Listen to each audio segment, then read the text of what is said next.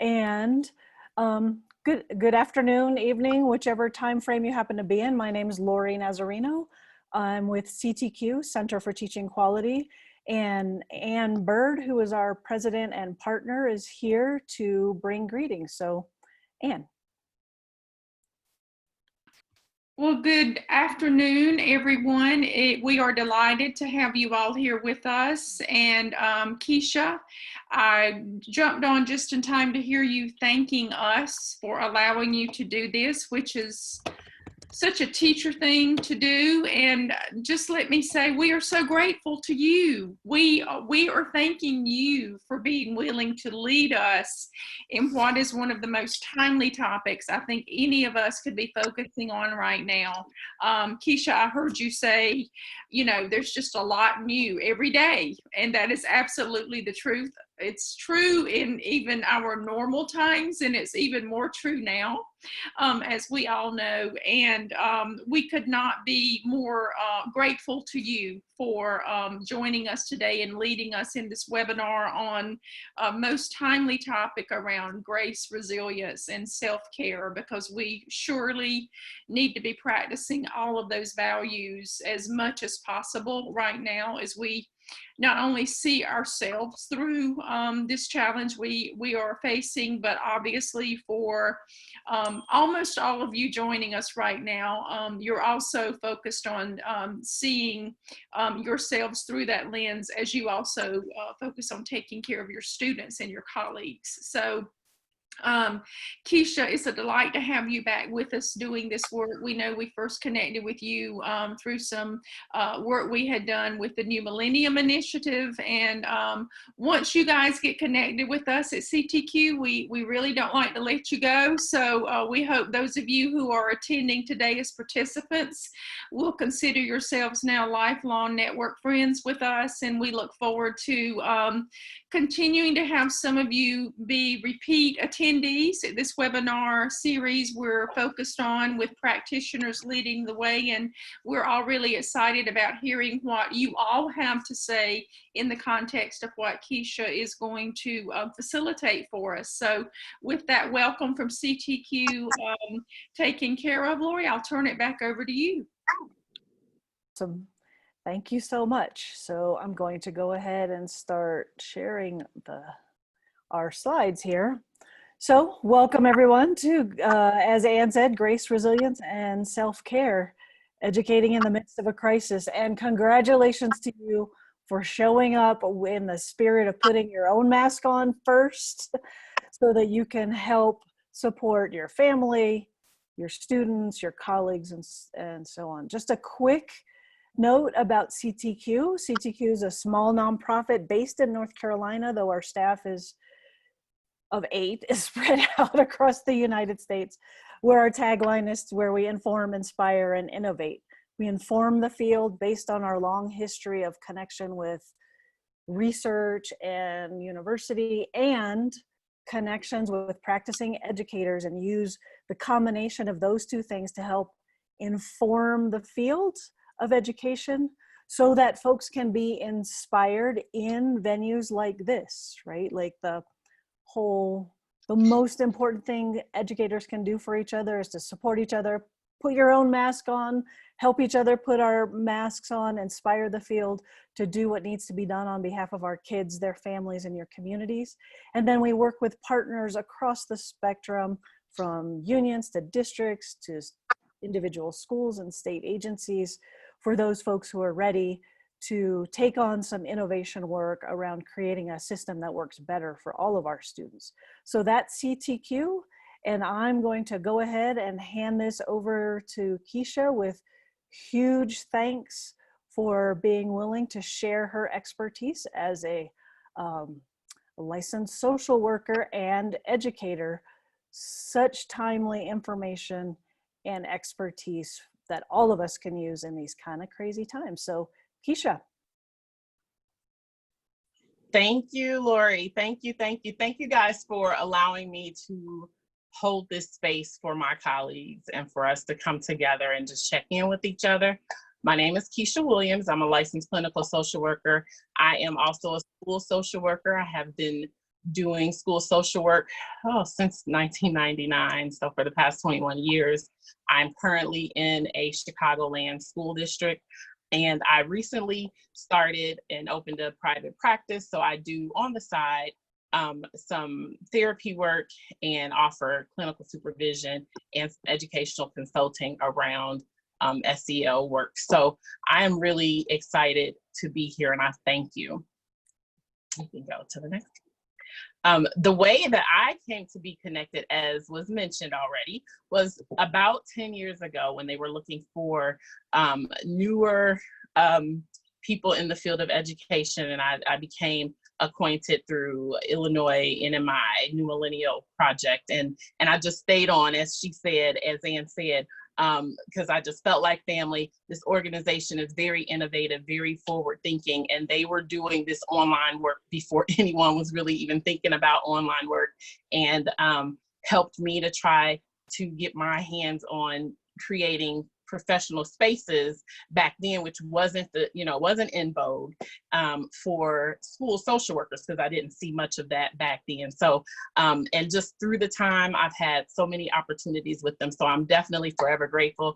And whenever CTQ needs me, I am here for them. So I thank you. So today, here's the agenda I have for today.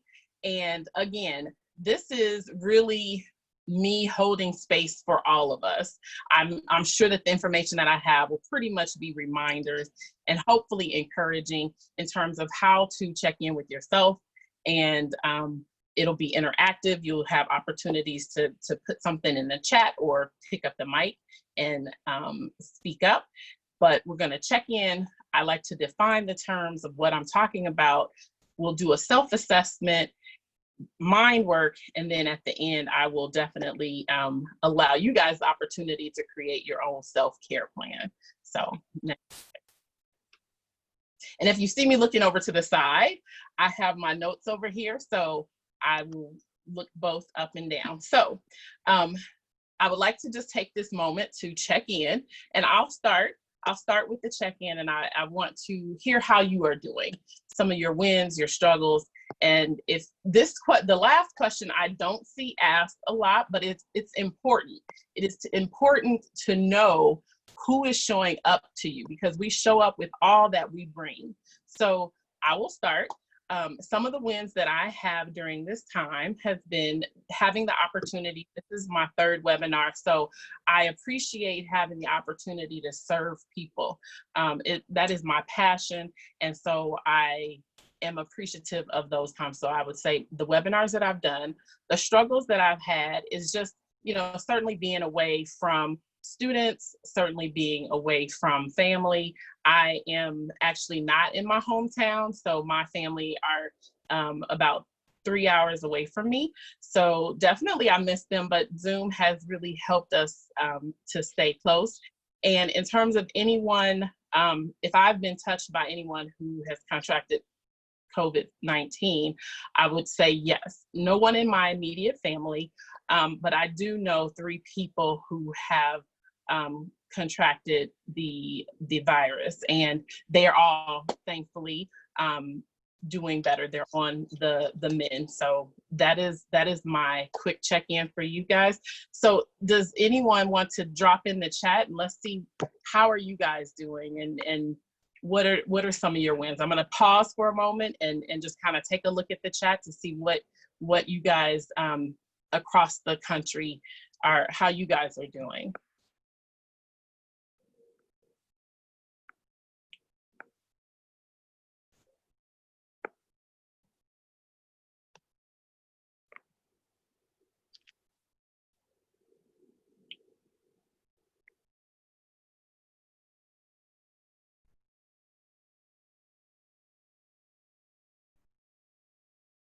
That is great. I see that someone has had the opportunity, to have students engage with them in the Google Classroom. And that is definitely a win because, you know, we know that there's the inequities and not everyone has access. And I'm certainly dealing with that with students in my district not having access and not being able to get in touch with all of my students, some of them for a variety of reasons. Some of them are working and so on and so forth. That is awesome. You've grown and gotten a chance to know your family in new ways. That is awesome.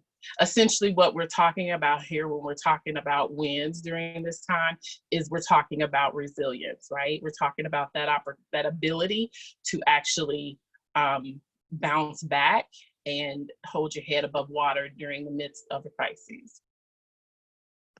Okay, so we'll go on to the next one. And if you haven't, you can still drop it in there.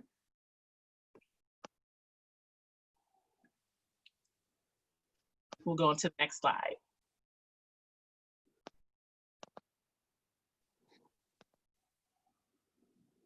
So here is where we define the terms. This is where I explain to you what it is that I mean when I talk about grace, when I talk about resilience, and when I talk about self-care.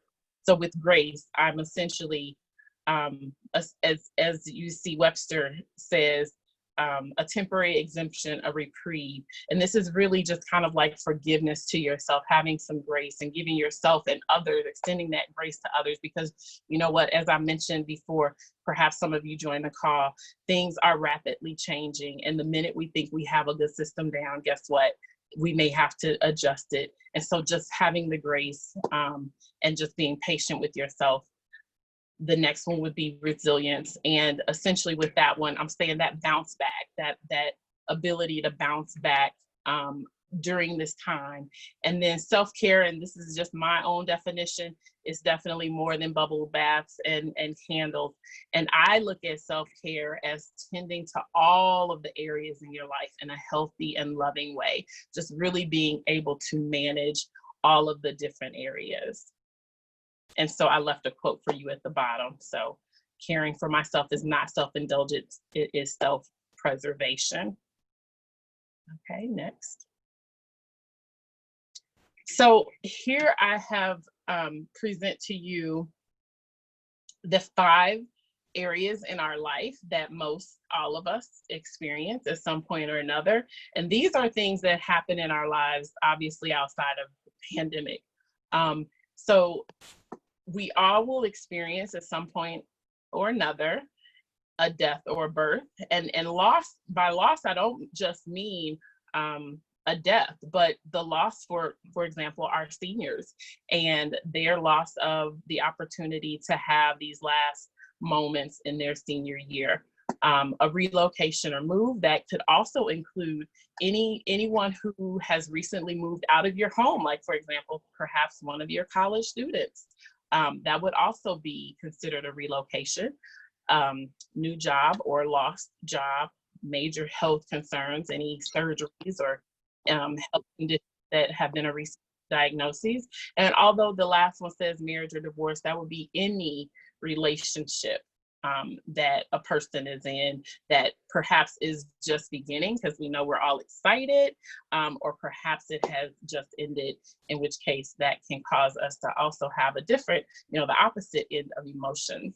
But these are all areas in our life, experiences and changes that can throw us off our square, can really make us not, just have to adjust to. And as you can see, they're not all negative things. Some of them are really positive. A birth, in most cases, is positive. A marriage would be, in most cases, positive and very exciting, but it can still be disruptive to how our lives have been. So those are areas that, again, can just be very, can throw us off.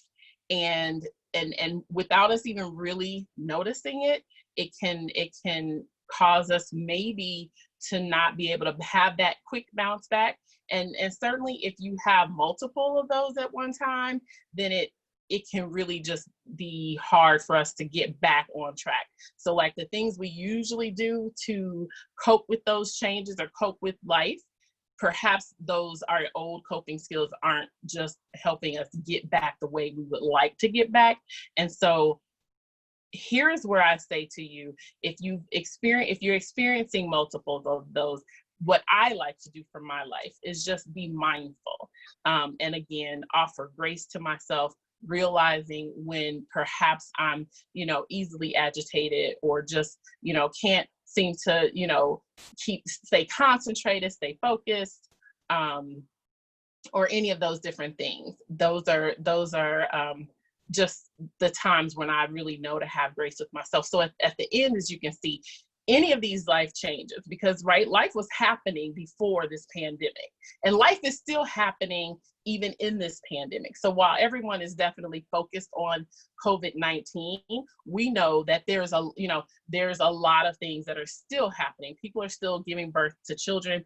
Students are still finishing and graduating college and preparing, or high school and preparing for college. So when you have the major changes plus a pandemic, I'm saying give yourself some grace. Okay, next slide. So these are the areas in our lives as social workers we tend to focus on, and we look at to say, okay, how are our clients doing? And these are the areas.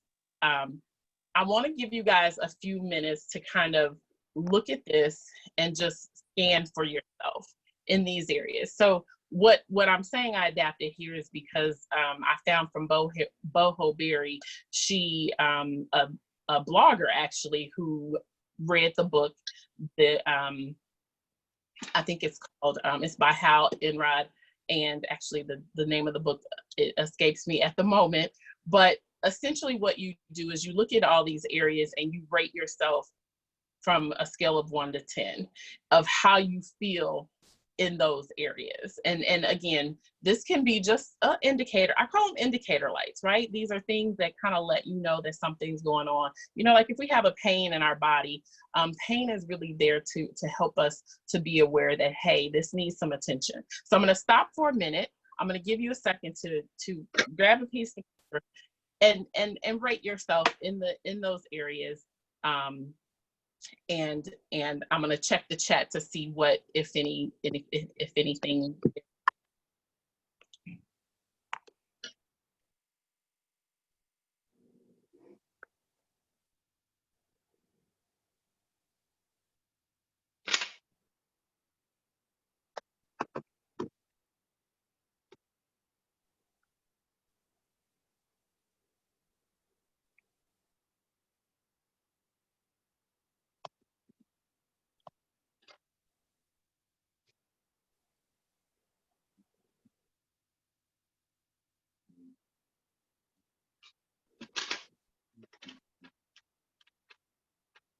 So I see that, and I'm not asking you to share. You don't have to share your scores, but this is for your own kind of check in with yourself.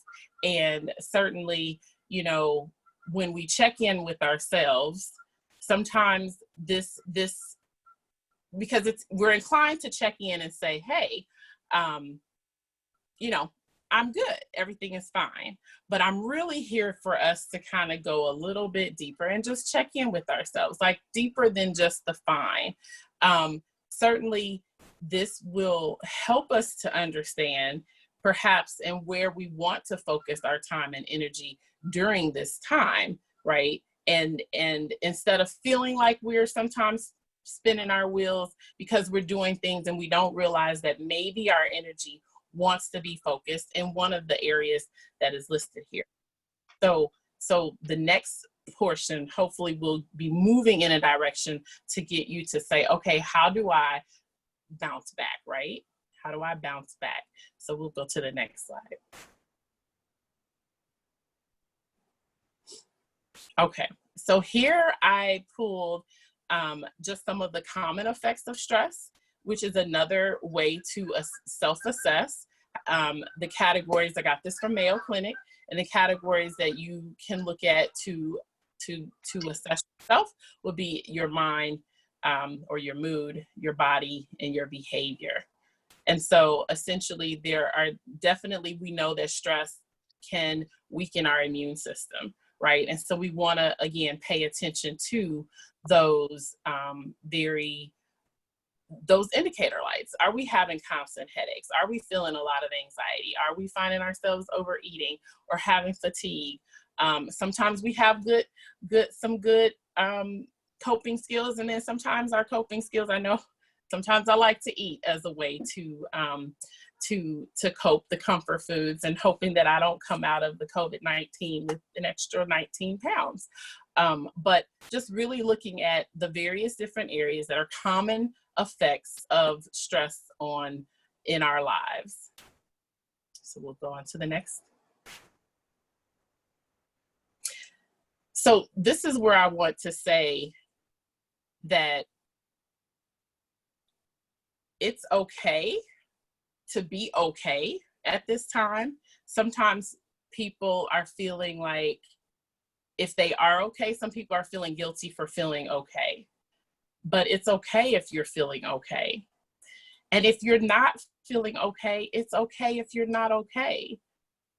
Sometimes people try to tell us how to feel, or we shouldn't feel this way, or we should feel a certain way. And you know what? There's no right or wrong way to how you're feeling during this time. Although this is definitely mass trauma that we're experiencing in this pandemic, not everyone is being traumatized. I just want to say that. While some people are, and this is definitely mass trauma, not everyone is experiencing this in a traumatic way. So I'm going to ask everybody to just take a deep breath.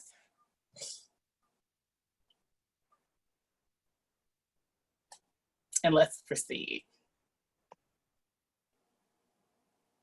So here's where we kind of shift from self-assessment to actually figuring out, okay, how do we do the work? How do we move forward? And how are we supposed to manage this, Keisha? You've kind of, set up and had me look at my life. And I don't always like what I'm looking at. Where are you going with this? Well, here we go. So mindset is really where it's at in terms of trying to move forward. So the first here, you'll see cognitive triangle. And this is what a lot of my fellow clinicians do, is cognitive behavioral therapy. You've probably heard of that.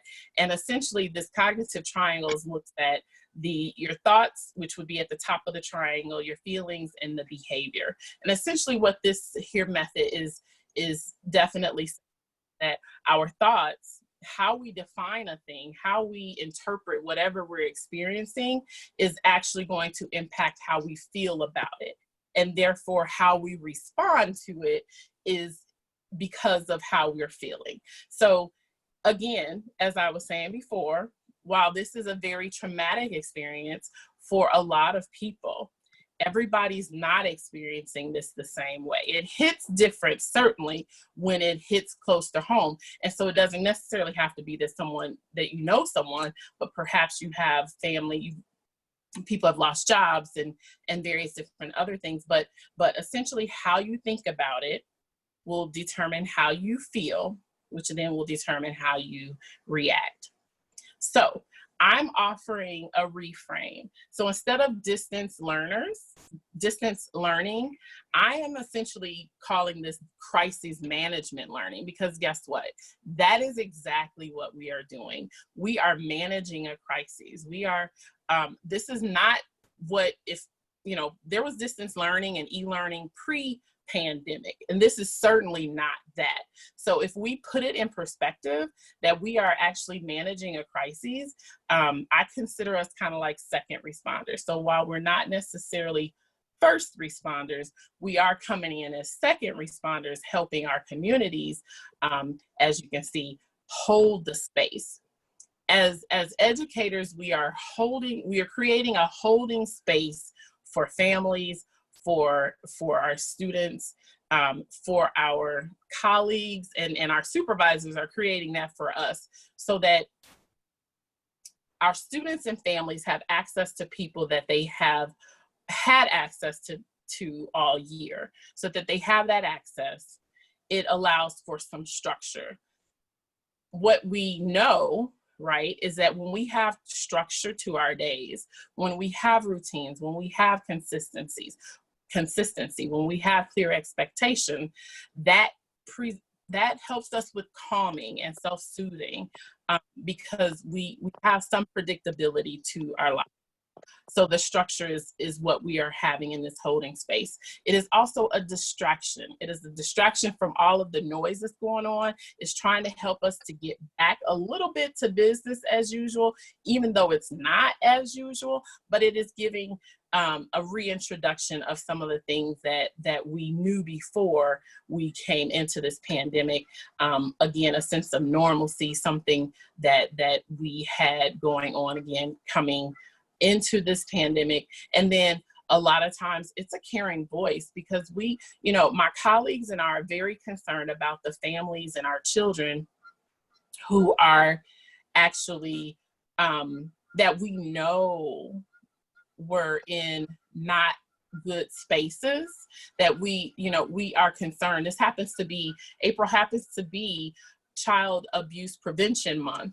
And so we are very concerned about our students who are not in good situations. And there are parents, domestic violence is another thing that we are concerned about, because we know that could be happening right now as well. So sometimes we're just offering a caring, calm voice in the midst of this pandemic. So we'll go on to the next.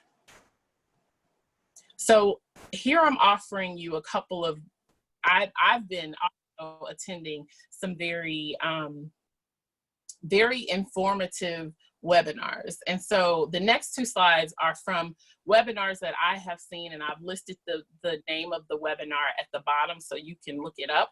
But Miss Mina, she actually offered this reframe. She said, instead of saying social distancing, call it physical distancing. So we still can stay connected like this through social media. Thank goodness for this time and technology. And instead of saying quarantine or lockdown, say we're retreating for wellness, because that is essentially what we're doing. We are really trying to, we're trying to stay alive. We are really essentially, fighting for our lives. This is a crisis that we are in. Isolating to protecting our health, and in fear, change that to in choice. Next slide.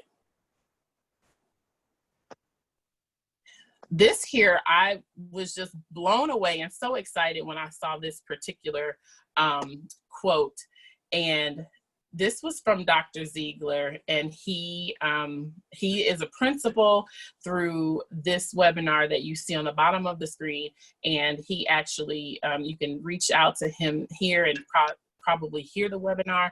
But I love this. Maslow over Bloom's, kids over content, grace over grades, and less is more. This was, I couldn't have, I loved this quote, and I knew I had to share Dr. Ziegler's quote. This is what we have to bring to this space that we are holding. And again, that grace, and essentially, again, what we are doing in this space is that we are modeling for our students resilience. We are modeling for our students how to take care of ourselves in the midst of a crisis. What do we do when things are falling apart? So this was just, I had to share this slide. So the next slide. So these are the self-care tasks that I'm suggesting that we all do to take care of ourselves. So the first one, there's a reason I actually put that one first, and that is the getting organized. Right now, during this time, everything is out of control. Like we have no control over this. Again, everything's changing constantly. We have no control. And so we do what we can to have some sense of control. And so in this area of being organized, getting organized gives us something to do that we have control of, right? It allows us to have some sense of regaining that control. And so organizers, professional organizers suggest that, definitely these are the areas that they would suggest you you organize, because we know that being organized and having an organized space can create some sense of calm, and it takes the clutter out of our minds and out of our space. So organize your various spaces, adding structure to your day. I talked a little bit about how we can add to our day. Now, one of the things that I did want to mention with adding structure is the fact that a lot of times what I have found in the program that I am working, which is an alternative school, and it's a self-paced program, online program that the students are working. What I realized is how our students did not really know or don't know how to organize their time to pace themselves in order to get the work done. So while we were assigning them the work, they really didn't know how to pace themselves. And so that was something that we had to, kind of step back on and say, okay, here's how you pace yourselves. They were used to, educators, we have lesson plans, we're pacing it for them. We are providing that those daily lessons, and this is where you should be, and this is where we want them to be by the end of the week. And so they pretty much just have to show up and do what we ask. And no matter what, from Monday to Friday, we'll be moved further along. But my students in this program, they weren't understanding that. And we were finding that where they were on Monday, some of them were still in that space on Friday, and showing up wasn't enough. So adding the structure to the day, to your day, and then helping students add the structure to their day when you give them assignments. And I know I've seen my colleagues are saying, okay, you want to perhaps spend, 30 minutes here on this and 40 minutes here on that. And so that's definitely very helpful. Again, a sense of control. Journaling is actually I'm a huge journaling advocate. And just by show of hands, this is the part where I'll be much more interactive. And I see I've missed like a ton of things in the chat. So I appreciate CTQ staff for helping to keep the chat moving. But how many of you guys are journalers as well? And I'm gonna pull this up. Anybody else in here journalers? I'm a huge advocate of journal. And I personally do a lot of creative journaling. So you will find that my journal actually has a lot of decoration and those kinds of elements in it, but I'm a huge journaler. Okay, I see some would like to be. And so I will tell you that I'm not like an everyday journaler.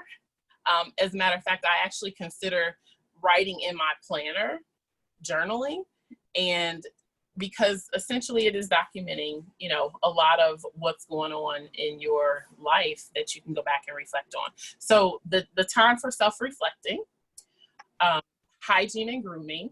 So even though I said it's not, self-care isn't just bubble baths and candles, it does include that, right? Movement, having the opportunity to get up. And it doesn't have to be exercise. Certainly we should exercise, right? That's what all of our health professionals will let us know, is that we should definitely be exercising, but at the very least having some movement breaks. And so me personally, I try to make sure I have set on my self-care plan, I have that I will do 5,000, I have a Fitbit watch here, and I have that I will do at least 5,000 steps a day. So I definitely try to at least get the 5,000 and certainly go higher than that.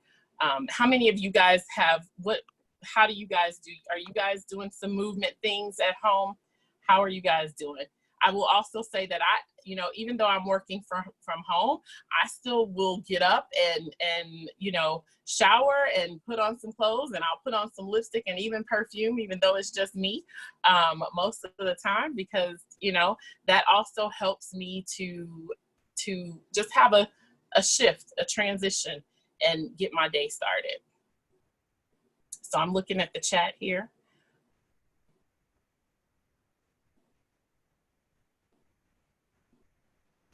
Great. Some of you guys have the Apple Watch.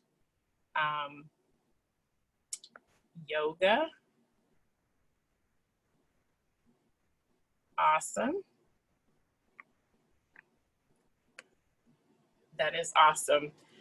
And so I know that there's a lot of mindfulness that is trending, and a lot of people, you know, are doing mindful moments. For me, my mindful moments would be my meditation, my daily devotion that I do.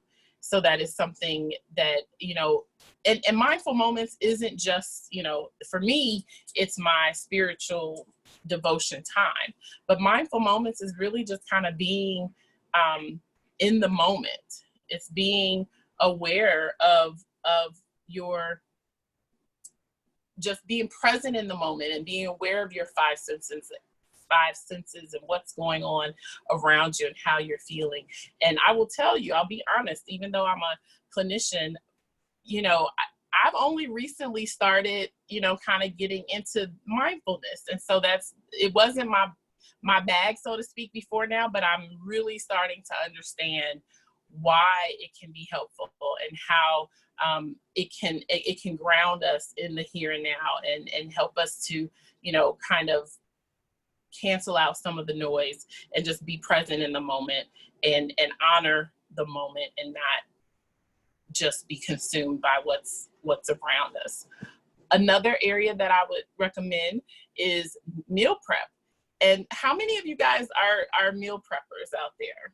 I know I have been meal prepping off and on throughout my time, and recently became aware of meal prepping. But how many of you guys do meal prepping?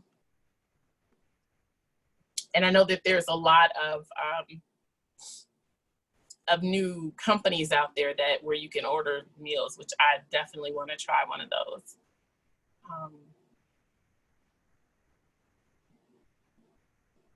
I like that Mindful May.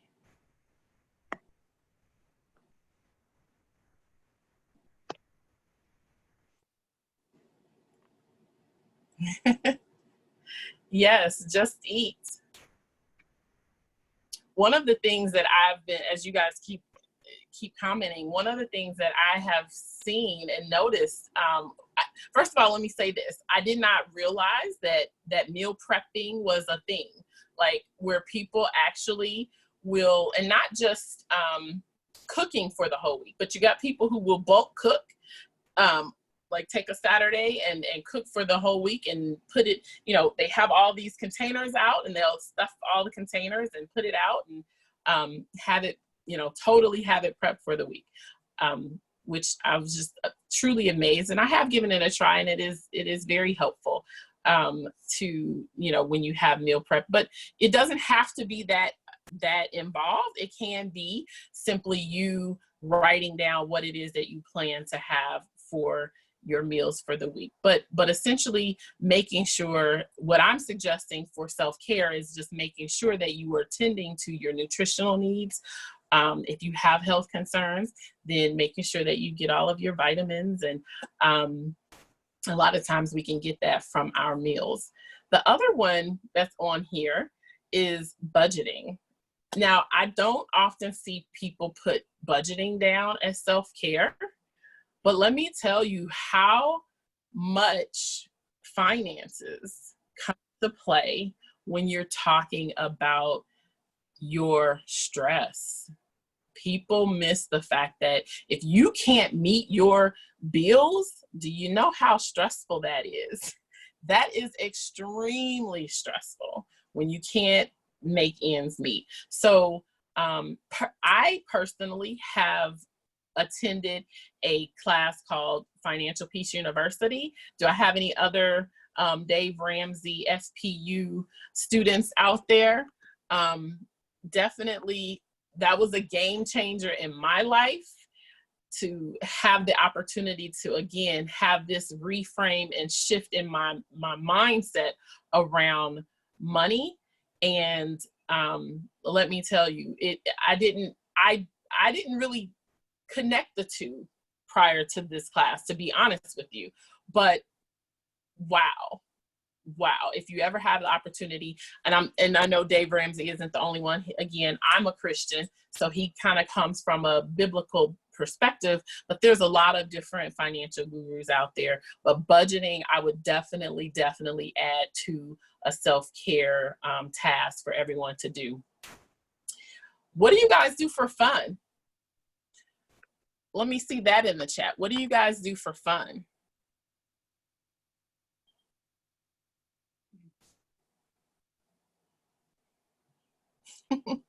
Are you work for fun? Is that what that is, Laura? Lauren, you work for fun? Okay. Reading. Play with your 4-year-old or a 4-year-old. Hiking. Sports. For me, my for fun is dancing. I absolutely love dancing. And so usually dancing is one of my movement breaks. So I'll turn on, I'll find a slide. And so what I've been doing with some of my friends is I'll send them one of those electric slides, one of those line dances, and I'll shoot them a line dance, and I'm saying, hey guys, it's movement time. And so then I'll just get up, and a song usually lasts no more than 5 minutes. And so I'll get up and do the dance until the song goes off, and that becomes kind of like my movement break. And then staying hydrated. So I, again, you don't realize how, and I'm gonna link this back to the mindful moment, because mindful moments, I forgot to mention about the breathing, right? Sometimes we forget to breathe deeply, and we're just breathing like shallow breaths. And so mindful moments also can help with that, like remembering to breathe. But staying hydrated, like having a drink of water can have such a huge impact on our brain. And I won't even go into the brain because that's like not my area of expertise, but I do know that it has a huge impact on our brain. So staying hydrated is extremely important. So like here I have next to me, I try to again, track my water intake. And so what I do is I take, my goal is that I have 2 of these per day. And so what I do is sit 2 of these out on the counter. And I know that at the end of the day, if one of them is still there, then I need to, come back to it. Now, I'm not always the best at finishing it, but that is definitely my goal. It's just really trying to stay hydrated. And then here, this last one would be being connected, staying connected to to people that we are that bring us joy, that we feel good about being around. Staying, reaching out to friends and loved ones, or being the light for someone else and reaching out to them and saying, hey, how you doing? You were on my heart. I was thinking about you. So these are essentially the tasks that I would say would be self-care. Quick question for you. Put in the chat or pick up the mic, and I want to hear from you guys. How many of you guys have heard from people and felt like, oh, that is so kind, that is so sweet, that is so kind that they thought of me during this time?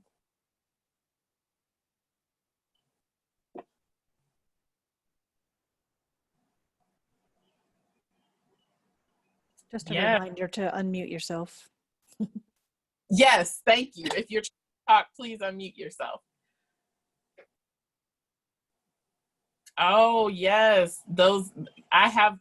You said Marco Polo. I have I think Group Me, and so that's a fun one.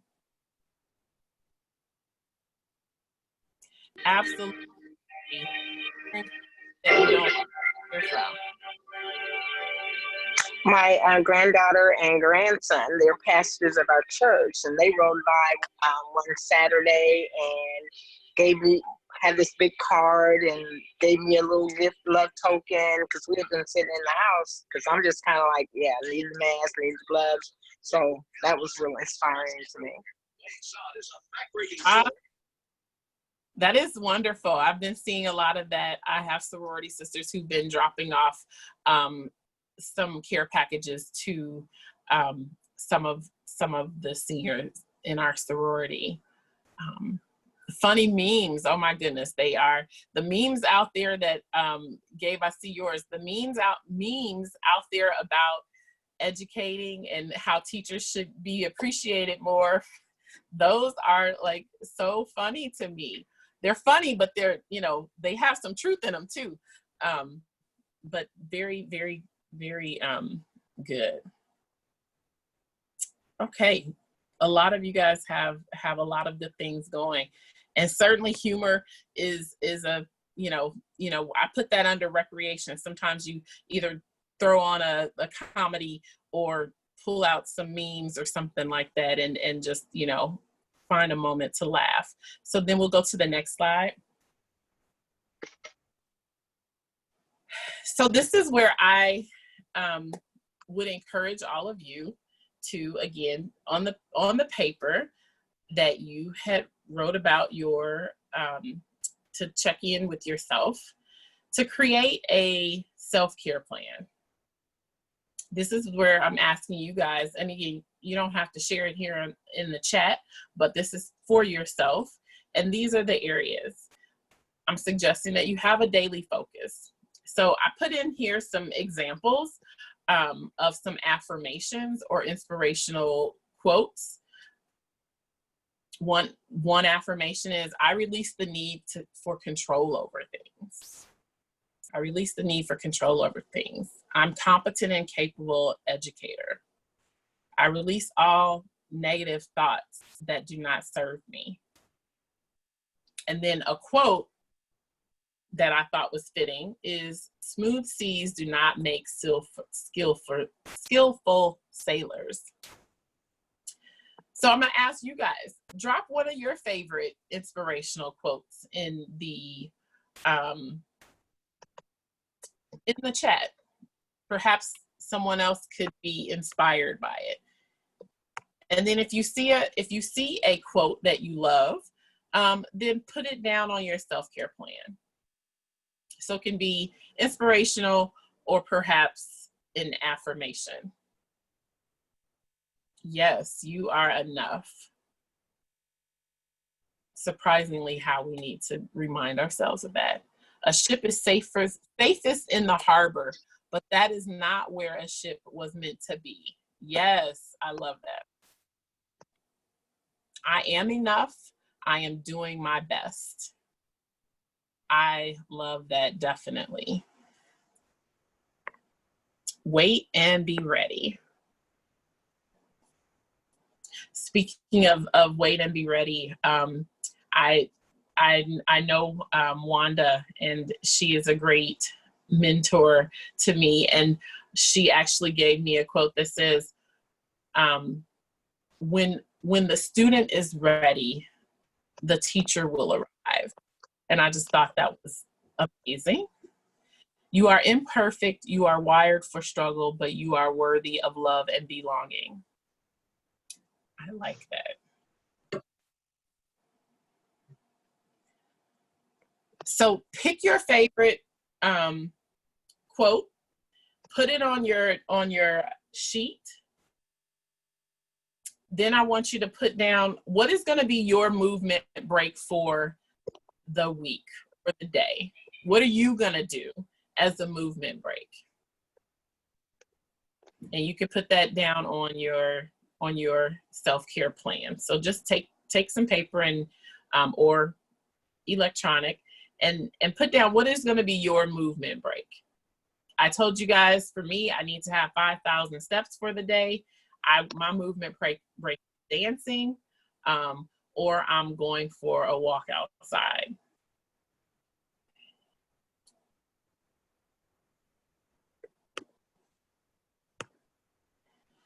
Then I want you to put down your mindful moment. So essentially go through all of those, put down a game plan that you have for each of these sections.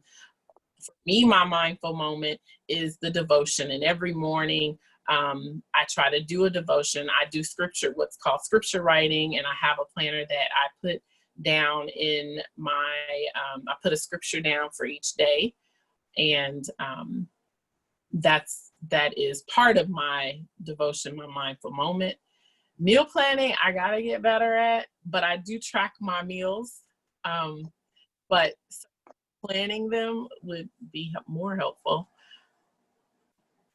And I think in this time, we almost have to plan because we can't just go to the grocery store all the time, right? So we kind of have to plan out what we want to eat.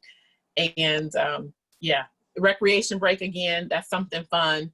Maybe a good laugh. Maybe I did bingo Zoom yesterday or maybe Saturday. So that was fun. And the gratitude list. I strongly encourage to write down or at least think about something that you are grateful for each day. Because again, if we shift our minds to more positive things, you will be surprised as to how that opens up and expands you. There's this quote that says, what you focus on expands. So let's focus on some positive things. And then the last thing I want you to do is have yourself a to-do list. Again, it'll help us be organized. It'll help us feel like good about ourselves that we were able to check something off the list for the day, and hopefully helps the days to not just blend into one another. So let's go on to the next slide. I would be remiss if I didn't offer some resources. Certainly, if you didn't feel good about your scores, or you feel like you're having a lot of anxiety, that again, none of anxiety or depression or any of those types of feelings that you feel overwhelmed with, then I'm offering some various resources here. And certainly what I'm covered was not talking about, it's everybody, right?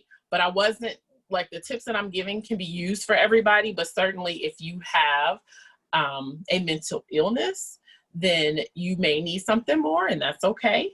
I have my therapist on speed dial, so I definitely keep her as part of my own self-care plan when I need her. But EAP is the Employee Assistance Program, and for those of you who may not know about the EAP, that is your company's, through your company's insurance, you can reach out and, well, first of all, check and see if they have the EAP. Most companies do, but you will be able to oftentimes get a number of free sessions, therapy sessions. And right now, a lot of the regulations around telehealth has been lifted, and so you'll see a lot of telehealth happening more. So therapy can happen via virtual settings, and there are a lot of good self-help books. If you guys have some of your favorite self-help books, I'm asking if you can drop that in the chat box. I'll tell you, most of mine are spiritual in nature. The Purpose-Driven Life, for me, that's my all-time favorite. I also have read Necessary Endings by Dr. Henry Cloud, another really good book. I'm currently reading Atomic Habits, another good one. A life coach could be someone that would help you. Life coaches are more so kind of like coaches. They're helping you, like, you have a goal, you have something you're wanting to do, and they're going to help you push forward. You just maybe need that accountability partner.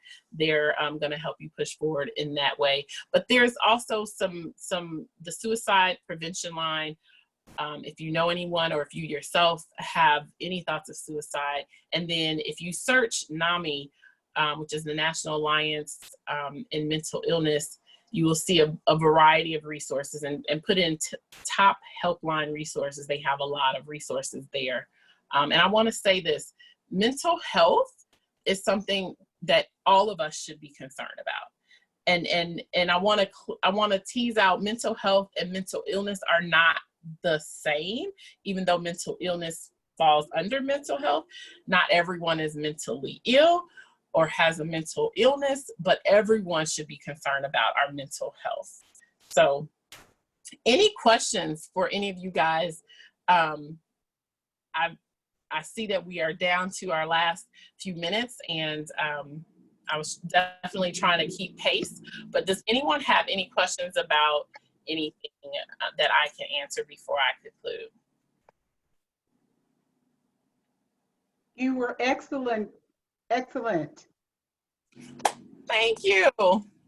So many things that I learned reinforced for me because when we're working from home, we tend to be absorbed in our homes, and going to work gives us the opportunity to sharpen the skills at work. But when we're doing it from home, we have to make a mental adjustment.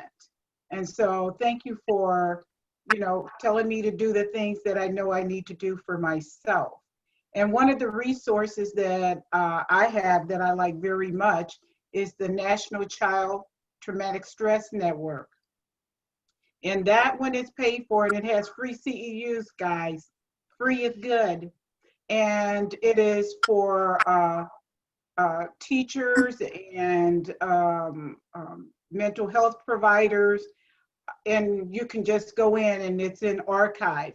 So it's paid for by the University of Southern California. So it's really very, very good. What was it called again? Can you say it one more time? The National Child Traumatic Stress Network. Thank you. And the other one that is wonderful is Massachusetts General Hospital Psychiatry Academy. That's paid for by the Boston Red Sox, and they give free CEs also, and really the most dynamic presenters in the country. Thank you, Wanda. You're welcome. Thank you. It's good to see you. You too, girl.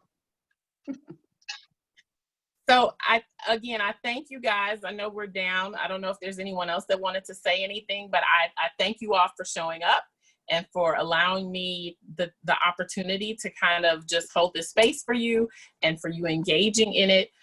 I actually can be found. Here's my email address. I can be found on Psychology Today if anyone was looking for me. But here's my email address, and I thank you. I just want to say hi, Wanda. Hey, everybody. This is Jocelyn. You didn't even know. Hey, girl. Hi. Love it. And just before folks jump off, just a huge thank you to Keisha for all of this terrific information that all of us can use now and on into the future, and for all of you for being here, because there are hundreds, if not thousands, of other places that you could be and ways you could be spending your time, and taking the time to join us so that you could engage in some self-care is really, really powerful. So I want to thank you for having done that and for connecting, and wish everybody well on your journey. And you're registered for, I said the slides would be available in the recording, because I know I'm going back to that list to create my own self-care plan. And so if there are ways that we can be helpful to you and support you, please feel free to reach out either to CTQ or to Keisha. We love having these sessions, so thank you for taking the time to join us. And with that, we'll say good evening to folks. And happy to stay on